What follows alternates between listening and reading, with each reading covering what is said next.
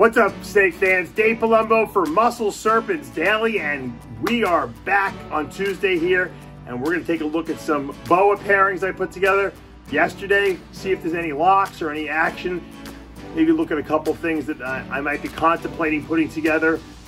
You never know what we might find here. So it is a Tuesday, it's the middle of the week, where we're getting toward the middle of the week.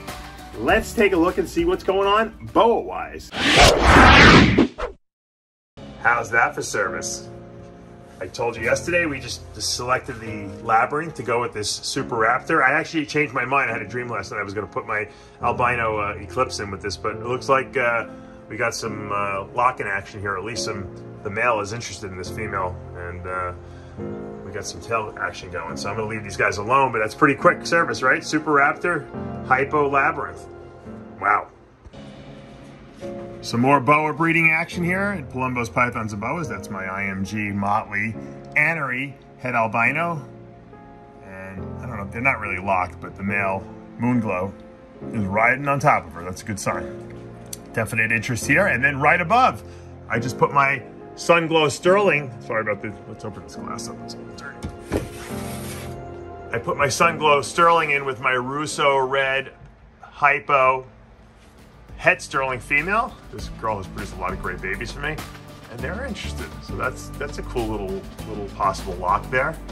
Can't really tell, and loving it. So far so good. Boa season seems to be. Boas are interested in breeding. A lot of them didn't go last year, so maybe that's why they're interested early on this season. All right, guys, I was just doing some cleaning with Pablo here, and I wanted to show you one of the blackest boas I have. This is a Motley Roswell ladder tail, okay, which is an incomplete dominant morph. And this is also het for, this is a good one, Call Albino and Blood. Look at this female, she's putting on some nice size. I got this from Mike Weitzman. He makes some of the best boas in the business, and he's kind of my mentor in boa breeding. And look at this girl. She is so beautiful. She's got another year or so before I'm gonna breed her, but this, look at that. Even the black belly she's got. I mean, I'm telling you, if you put Motley and IMG together, increasing melanistic gene, I don't know if I can mention that, I think you did, you're gonna get a black snake, pretty much. Obviously adding Anery and other stuff to it is gonna help, but I mean, it's the Motley IMG combination here, and just look at this beauty. Oh my God. She's gorgeous. And you know what? She was kind of nasty when I first got her. She's calmed down a lot. As she's gotten a little bigger. A lot of snakes, when they're little or younger, they're very paranoid, and they're a little neurotic and cage defensive. When they get older and they start getting bigger, they start saying, you know what? I'm pretty confident in myself now. I don't need to bite anyone. They certainly don't want to bite the hand that feeds them, right? All right. I just thought I'd show you her. She's super cool.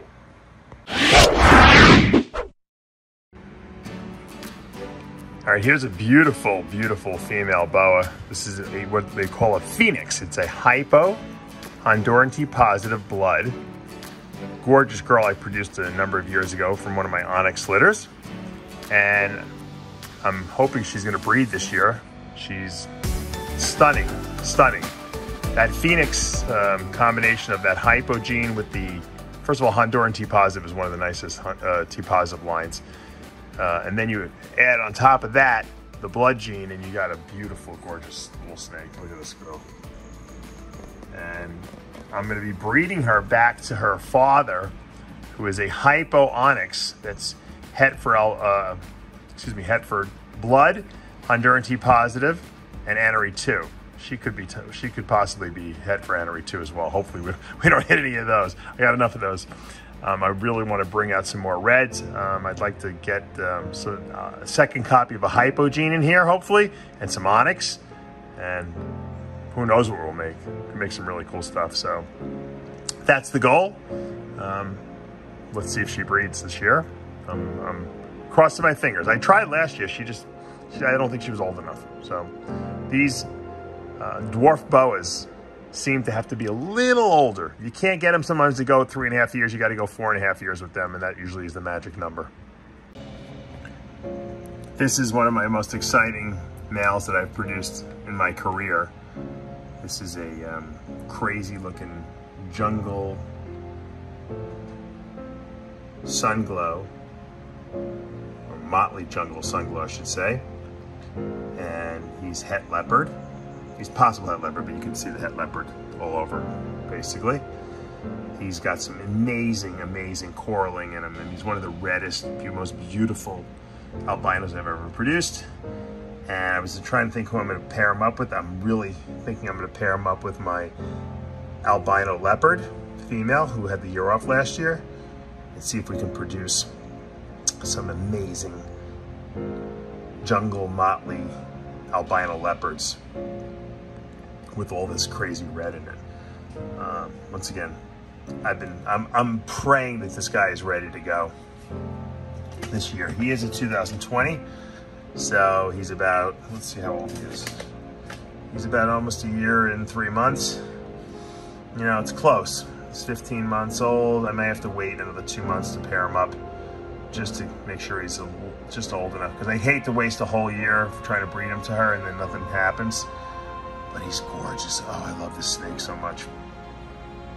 So this is the time of year. I'm really trying to debate what I'm going to be doing with these certain boas. Some are on the cusp of being a little too young. Some are, you know, I'm not sure about. Sometimes you got to just put them together and pray a lot at the end of the day.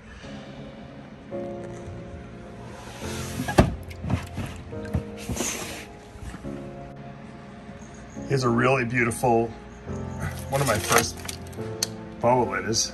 This is a hypo, possible super hypo, actually blood, from Vin Russo line. This is his disappearing pattern line. If you see, this snake is almost patternless. And for some reason, he had something in one of his lines of bloods that just makes pattern disappear. When she was born, she was like fire engine red and just with no pattern. You can see this is like no saddles here. She almost looks like, she's not really as patternless as a sterling would be, but she definitely has like a very light pattern to her. I've grown her up really slow. This girl, she's an 18. She should definitely breed this year. I'm just really debating what I want to put to her. I have a few possibilities, but she was, like I said, this is a dwarf boa. And so she's not really big. You can see in relation to the water bowl. Yeah, it's a big water bowl, but she's got the right age and right size in her to produce a nice healthy litter, I'm sure. And so I'm just trying to debate what I want to put with her. What do you think of this little choice? Maybe, how about an arabesque het blood? That might be a nice little breeding right there. I love arabesque. It's a lot of pattern though, and this has disappearing patterns, so I don't know. Arabesque bloods are pretty awesome looking. I think we're gonna go with this arabesque het blood pairing here. See what happens. Keep them in for a little bit, and I'll report to you guys and see if we have any locks tomorrow, or in another month or so, or whenever they decide.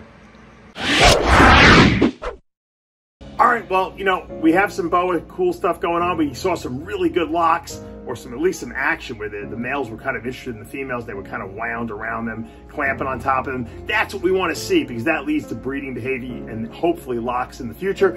Obviously, a couple snakes might be a little on the younger side.